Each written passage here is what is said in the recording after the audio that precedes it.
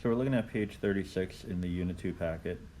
It's related to probability distributions. Actually, a way that we can look at all the possible outcomes in an experiment simultaneously, and then from that we can draw some conclusions. So our probability distribution is really just a visual representation of the entire sample space of an experiment and their associated probabilities. So we'll start off with a simple case.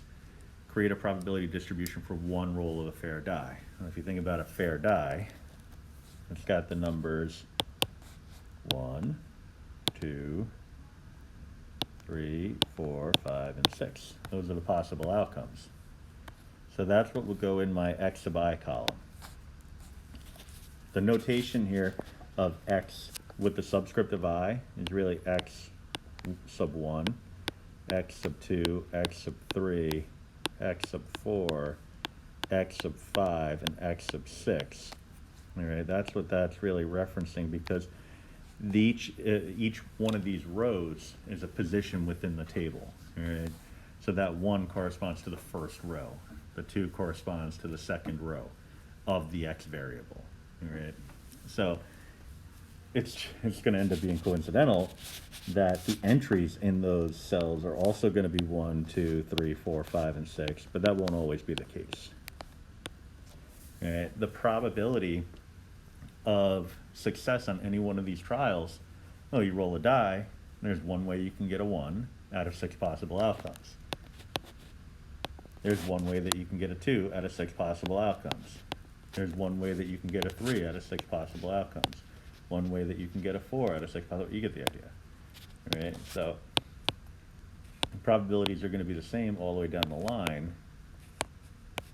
And so this is our probability distribution, just this part of the table. Right? So everything else is stuff that I included to help us evaluate that probability distribution. All right, so that's all you would need if a question just said create a probability distribution. But now what we want to do is we want to be able to use this to draw some conclusions. All right, so you see these two lovely looking formulas here.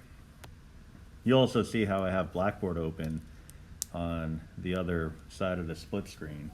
It's hardly ever the case, but this time it's really necessary because I'm in the calculators menu that you can find on the left side panel when you first go into Blackboard. It's right by where you click to get into announcements and course content and stuff like that. All right.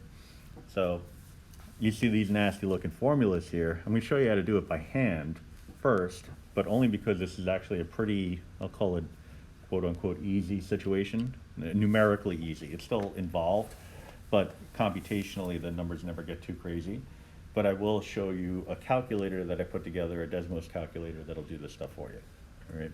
So if I want to find the mean, note first that it's a mu that represents a population mean.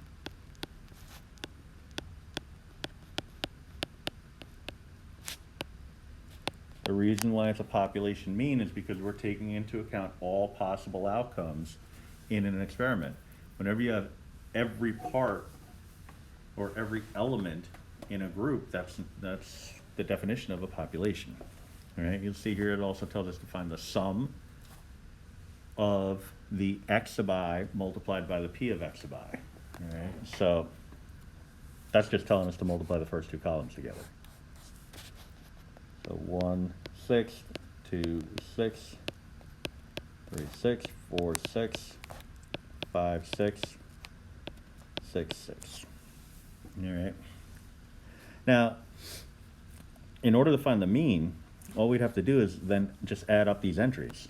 So mu, again, which is equal to the sum from any, I equals 1 to n. So in this case, I equals 1. The topmost value here is 6.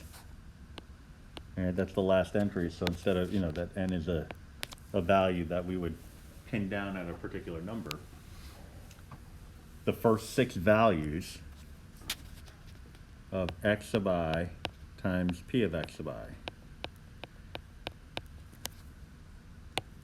All right, the notation here isn't really going to be as important, except for the mu. You're going to need that.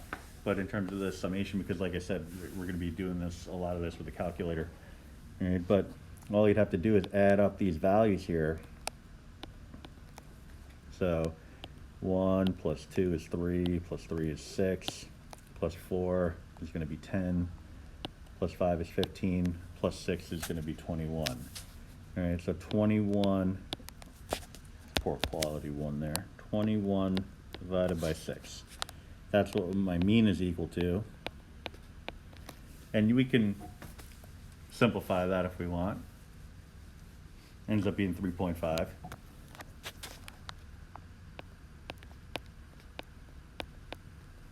Good to know. All right. So from there, we want to find the standard deviation. So that's out of the frying pan and into the fire here, because look at this. This is the population standard deviation.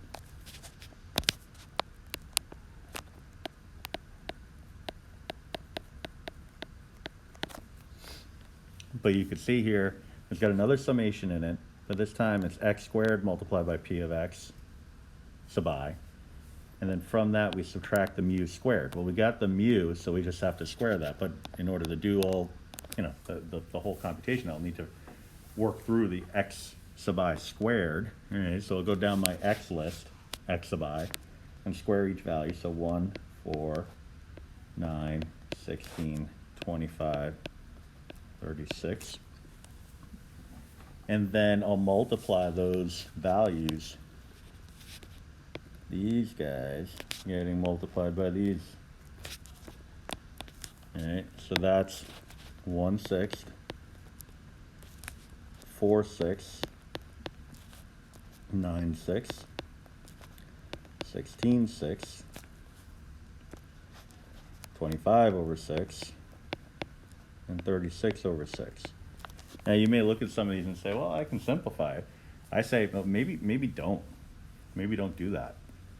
Because if we got to add them all up anyway, based off of this, don't we want to have a common denominator? All right, so 1 plus 4 is 5, plus 9 is 14, plus 16 is 30, 55, and then 55 plus 30 is going to be 85, plus another 6 is going to be 91. 91/6. So sigma is going to be equal to that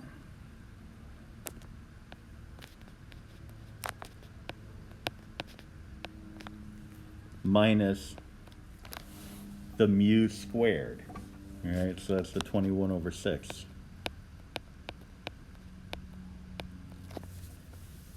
All right, so in order to go the rest of the way, we would need a calculator to be involved.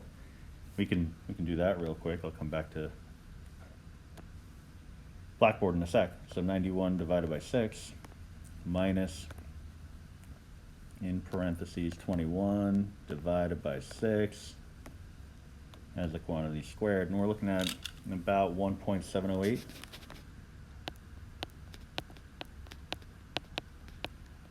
All right. So that would be the population standard deviation.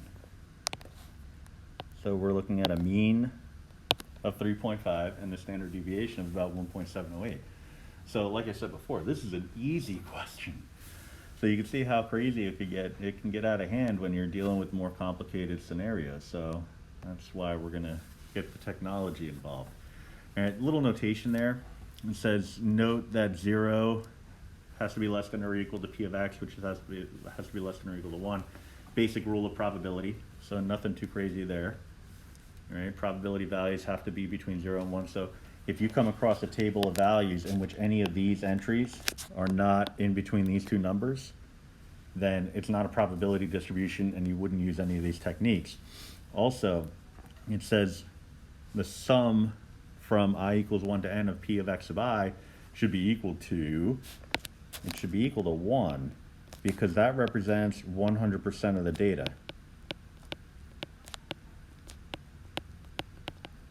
When you have 100% of the data, then you have a population. All right, by having 100% of the data, you're working with a population. We get a different color highlighter here.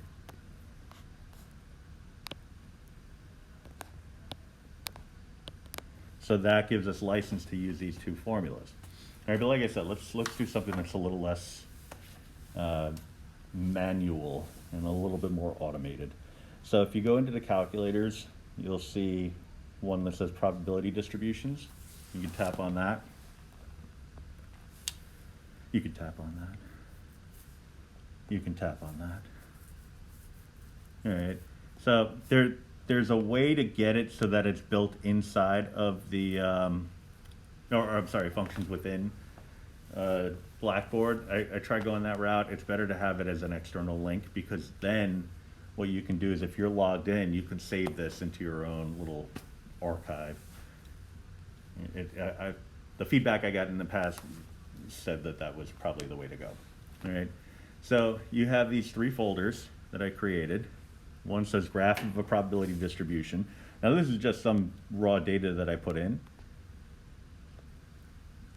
So numbers 0 through 10 and some weird probabilities that go along with it. So I'm going to clear all that stuff out. And I'm going to put in some unique data, but specific to this problem. So 1, and then 1/6. 2, oh, well, I guess I can put all my x's in first. 1/6, 1/6, 1/6, and you guessed it, 1/6. Right. So the data's in. You know, I put some little notes here. Below is an example distribution. Okay, so you change the values in the table. The computations that follow will change accordingly, because that's what happened. That's how I did it. All right, so what we want is the mean and standard deviation. So if you hit the little drop down there, you'll see the formula I put in. Mu is equal to the total of x sub 1 times y sub 1. All right, because the x sub 1 values in my table, those are the x sub i's, and the y sub 1's, those are the p of x sub i's. All right, so by multiplying them and adding them up, I'm following the formula, but I'm getting the mean in a much quicker fashion. All right, the sigma calculation, again, it's just the formula, except everywhere I have, and it's kind of cut off, so you can kind of scroll through if you want. I tapped on the wrong thing. It won't even let me do it. But you can scroll to the right a little bit and see the rest of the formula. But what I did was I just put in this formula, just instead of the summation, I used the total command. All right, so it played out a little bit differently, but different but the same. All right, so we also have some extra stuff in here that we haven't really referred to yet, like the usual interval. You look at the bottom of the screen here on the graph. This is killing me. You look at the bottom of the graph here, and you see that this red line is just kind of showing up out of nowhere. That's the usual interval. The computations related to that. So I actually have this this calculator doing that for you also. Okay, so it's pretty useful, because it's kind of taking away all the computation from the process and really focusing on the analysis. All right, so let me slide that over a little bit. To follow, it says using the table above, compute the mean and standard deviation of the probability distribution, then check using your graphing calculator. We already did the computations and we already checked it, so we're good there. Now, we do have to be able to relate two variables to, well, two types of variables. One is a discrete random variable. Those are the countable situations, where you just simply determine the value of something by counting it. Then the continuous random variable, where you need some sort of measuring device. A lot of the techniques that we're going to learn involve discrete information, but we want to be able to use continuous methods. So we will have to come to a point where we can kind of bridge the gap between those two ideas. All right, so that's going to be tricky, but very doable. All right, especially with technology. In the past, it was like, You're limited. You're limited by the technology of the era.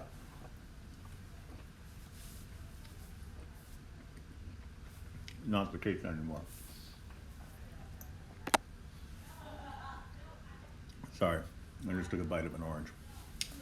Anyway, so if I want to create a graph out of this probability distribution, all I would need to do is indicate the different possible outcomes.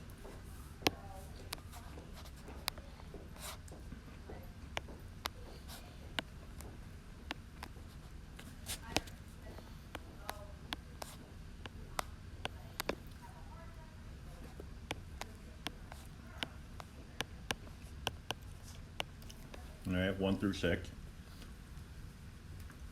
And then the probability of each of those outcomes.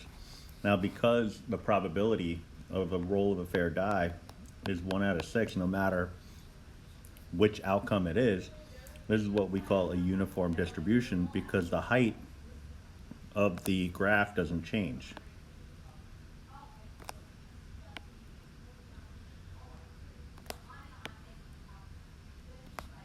So you see basically we're creating a histogram here, but instead of having frequencies on the vertical axis, we're now looking at probabilities.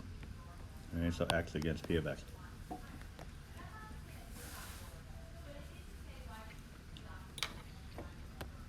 But what we're going to do is take a look at cases where there is some fluctuation in probability.